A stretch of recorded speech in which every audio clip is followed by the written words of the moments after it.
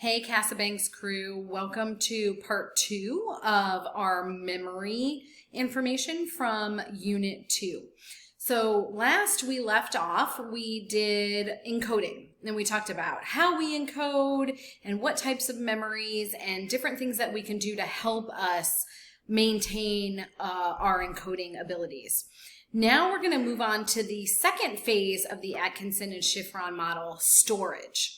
So how do we retain that information once we have properly encoded it? So it's our explicit memory system. And here is where our brain comes into play. So you have this nice picture of our brain here. So our explicit memory system, that memory system that we are effortfully trying to process, things like school and everything that you learn. These are in our frontal lobe. So the left part of our frontal lobe will help us recall a password, for example. The right will give us visual recall, visual information. Also our hippocampus, another part of the brain, right there kind of toward the middle.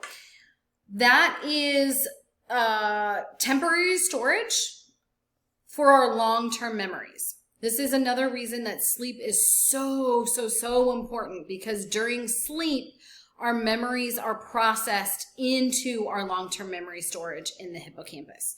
So it's why it is really important to get the right amount of sleep. So our implicit memory system, this memory system that just happens automatically, so procedural memories and those kind of things, happens in our cerebellum. And the cerebellum is the back of our brain. This is where we form and store implicit memories. And then the second thing is our basal ganglia, kind of in the middle there. And that helps with the formation of our procedural memories, like brushing our teeth or riding a bike. We also have an emotional memory system. Our amygdala, which is another part of the brain, helps to retain our emotional memories. So when a stress hormone is releases, it activates our amygdala and it boosts activity in that particular area of the brain that helps to form memories. Oftentimes the amygdala is forming what we call flashbulb memories. And this is an old term back when cameras had flashbulbs. So this is a way to help you kind of remember what it is. So if you think of a camera and you think of the flash going off when you take a picture and you think of that flashbulb, that's what a flashbulb memory is, that single instance in time. So what you might take a photograph of. So it's automatic encoding that occurs because something very unexpected that gives very strong emotional associations has happened. So I have a couple pictures here.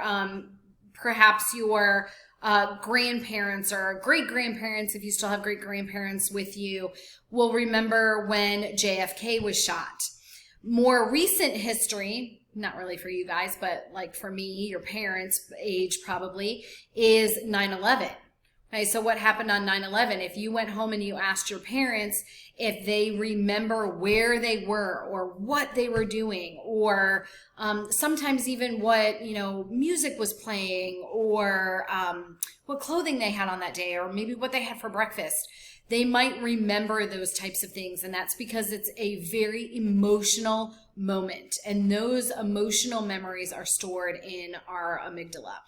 It doesn't necessarily have to be like a national tragedy for you to have flashbulb memories. It might be very happy occasions.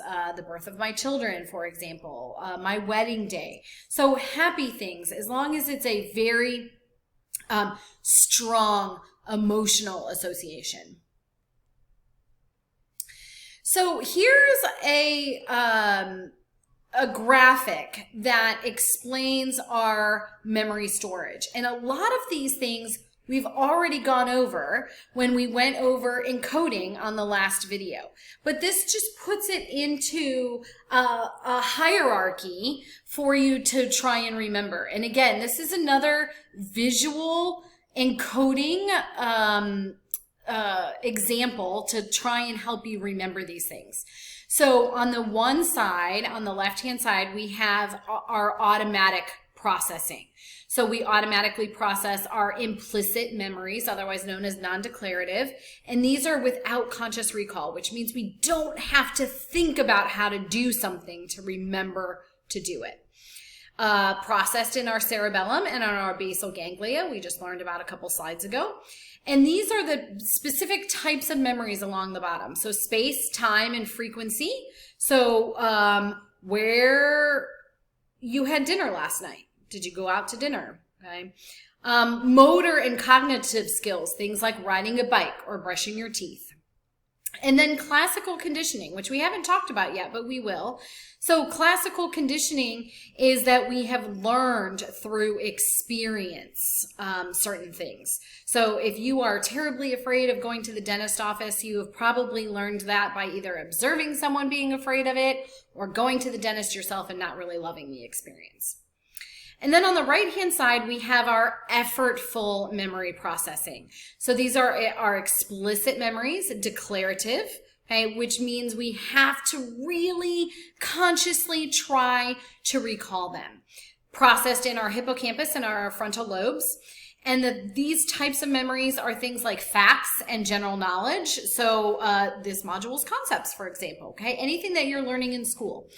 And then anything that you've personally experienced. So family holidays, birthdays, personal events go into this effortful processing. Mnemonic device that may help you to remember these, because you are, of course, going to have to remember these. I always put the E in effortful with the E in explicit memories.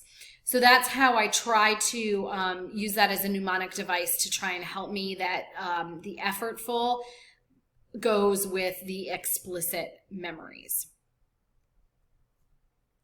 So now recognition and recall.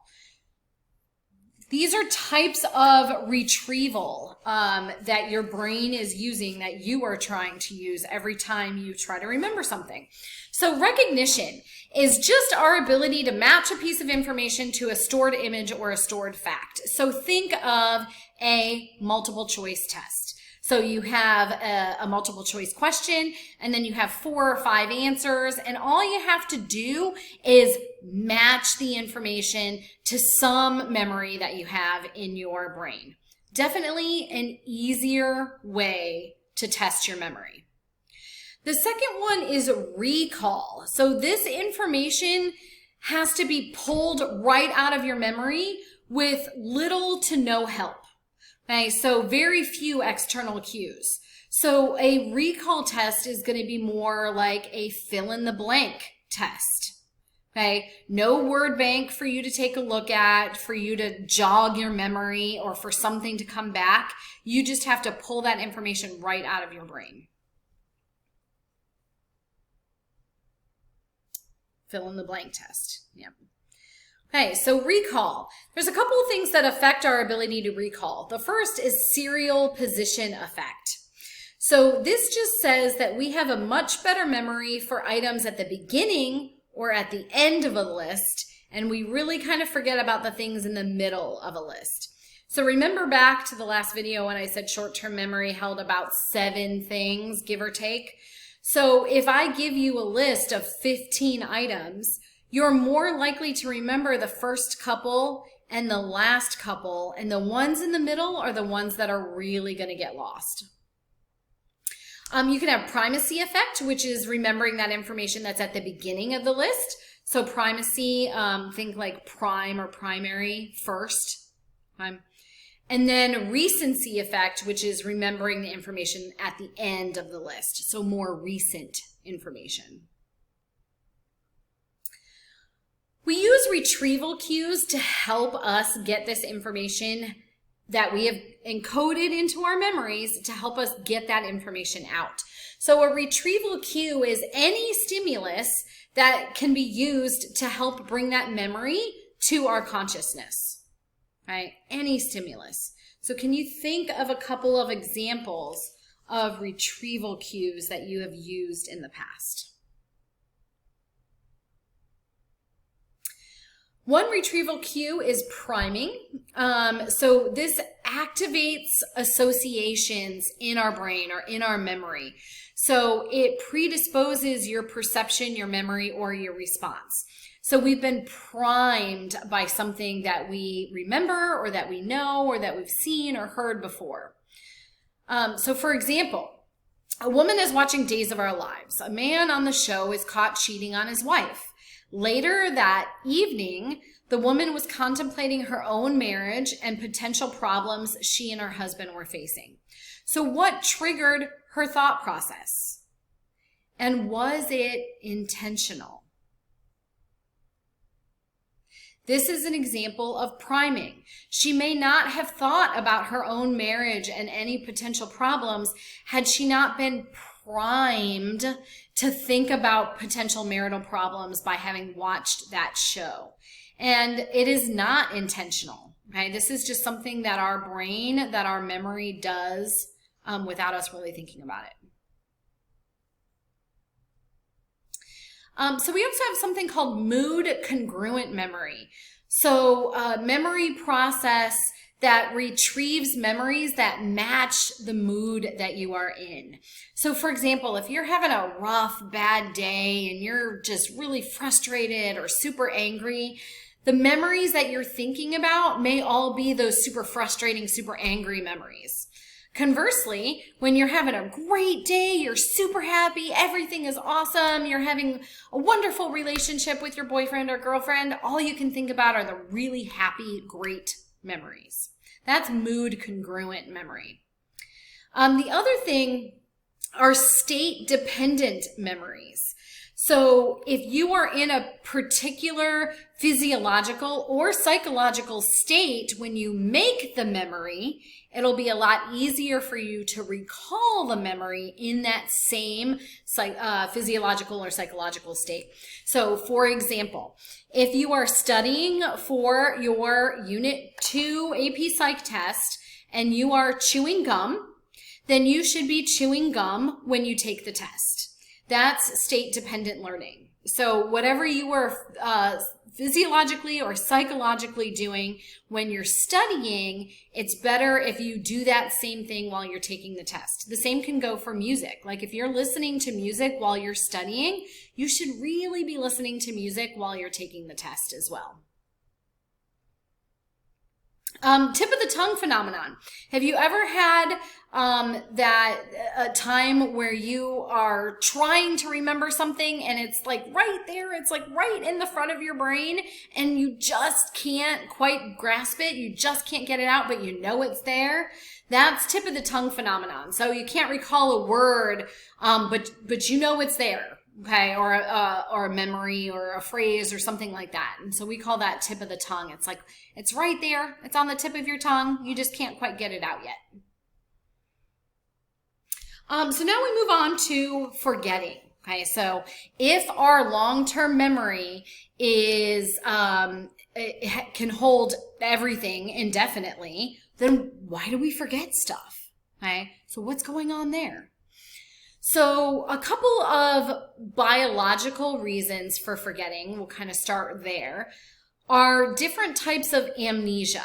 So the first type is retrograde amnesia. So this is a loss of memory from the point of injury backwards. So we're losing our memory from the past. So for example, you're in a car accident, you hit your head, and when you come to, you cannot remember anything about what happened prior to that accident. You can make new memories, but you don't remember any of your old memories. That's retrograde amnesia. And then we have anterograde amnesia. Set of confusing pairs here, by the way. Okay. Anterograde amnesia is the loss of memory from our injury forward. So now we have injured a particular part of our brain that now makes it impossible for us to make any new memories. So we remember everything that happened in the past. We remember everything about ourselves and even perhaps the accident. But now you cannot form any new memories. If you've ever seen the movie 50 First Dates with Drew Barrymore and Adam Sandler, that is a perfect example of anterograde amnesia. The other type of forgetting that is biological, that we sort of have no way around it, is infantile amnesia. It is the inability to retrieve memories from before the time you were 3. So if I asked you right now to think of your earliest memory, the earliest thing that you can remember, it's more likely that you were probably 4 or 5 when you experienced this memory.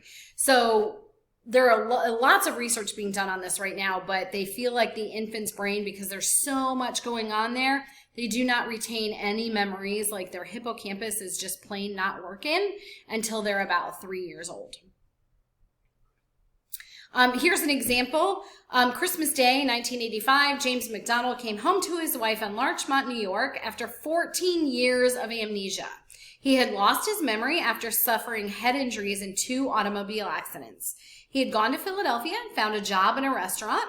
McDonald said that his memory returned to him on Christmas Eve when he bumped his head. So that's an example of retrograde amnesia.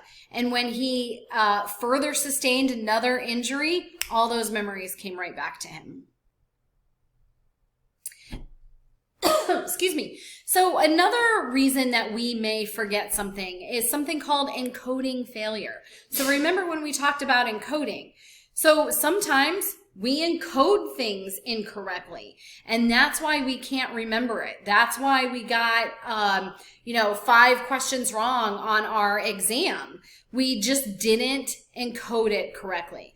So when we talk about encoding failure, pick which one, no cheating, pick which one you think is the correct penny. Have you encoded something that you see and probably work with or feel or use every day? So have you encoded it correctly? Which one is the correct penny? There's your answer. How many of you got that one right? Okay, A is the correct penny. So that's an example of encoding failure. If you got that one wrong, even though you know what a penny is, you've known what a penny is forever, you use them all the time, you pay for things, you probably have some in your pocket or your purse or your wallet right now, are you really paying attention to every single little piece of it? Or are you just getting an overall idea of it, like the color or the image on it? That's encoding failure. The other reason for forgetting is called storage decay. So there was a psychologist named Ebbinghaus that really studied this concept of storage decay. And what he said is that we have a huge amount of loss of our memory within the very first day of learning something.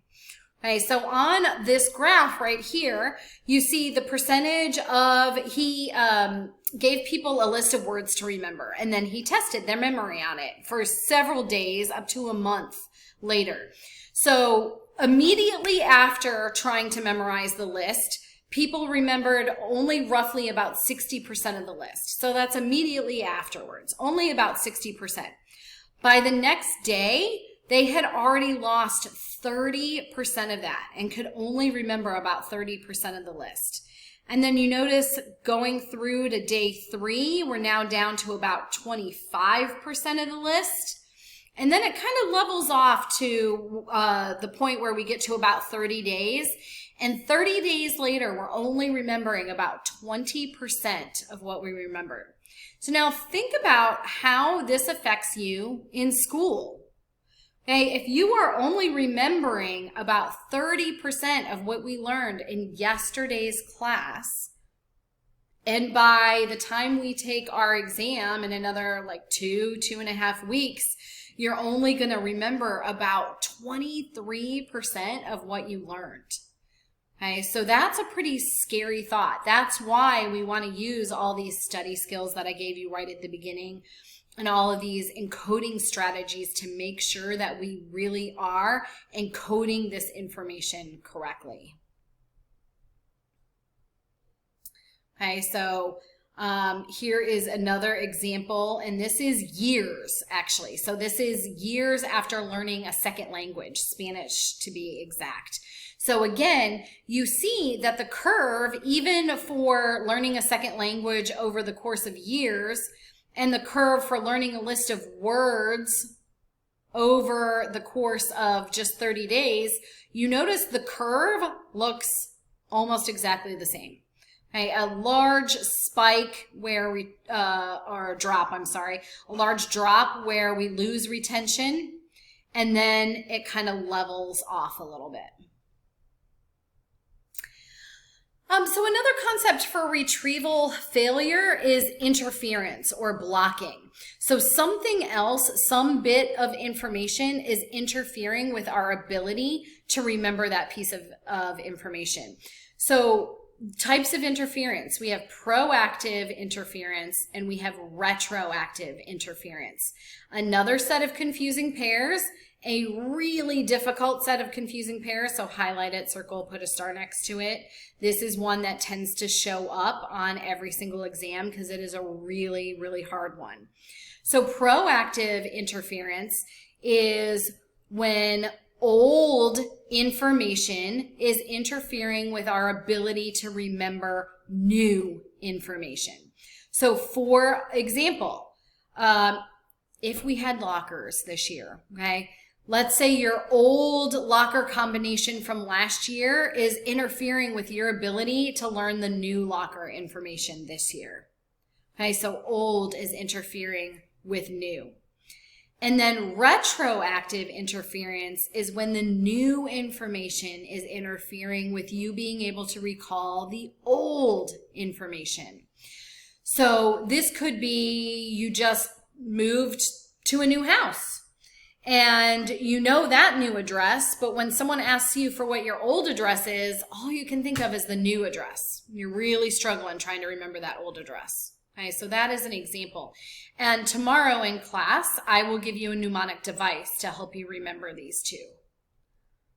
The last little thing that we want to talk about when we talk about memory is misinformation. So Elizabeth Loftus did a lot of memory studies, and she talked about this concept of misinformation effect. So what she said is questions, the way that questions are worded, what words in particular are used, can affect how someone recalls information. And what she really spent a lot of time studying is in the legal system. So eyewitnesses to crimes and those kind of things. So we have on this image a depiction of a car accident. Okay, so the first set of vehicles on the left-hand side is the actual accident. So if you look at the two cars, kind of minor damage, okay, probably no one was really hurt in this accident. But depending on the types of questions that you ask the witnesses, you can adjust or alter their memory of the event. So for example, if you say, about how fast were the cars going when they smashed into each other? That word smashed gives you a whole different idea. It gives you a whole different meaning. So now your memory might be a little bit more like the images on the right-hand side, where you definitely see a lot more damage to both vehicles and you see debris on the road. And now maybe you're thinking someone was injured. Okay, so the words that you use, police officers and lawyers, the words that you use can affect how you remember things. And it's not only in the legal system, it's just that she studied it mostly in the legal system. But they study children as far as their memories of particular events, whether they be happy events or traumatic events. Source amnesia is just misattributing where we found that information. Okay, so we might be talking to our friends and, you know, spouting off a bit of knowledge about whatever you find interesting. And you might think that you read this information in a really great textbook, a really great source. But really, in fact, you might have gotten it off of Wikipedia, and who knows if it was actually correct. Okay, so source amnesia is just misattributing where we got that particular memory or that piece of information. So children's eyewitness recall. Okay, children's eyewitness recall is notoriously really, really bad because children are extremely suggestible. So that is one of the problems with taking testimony from children.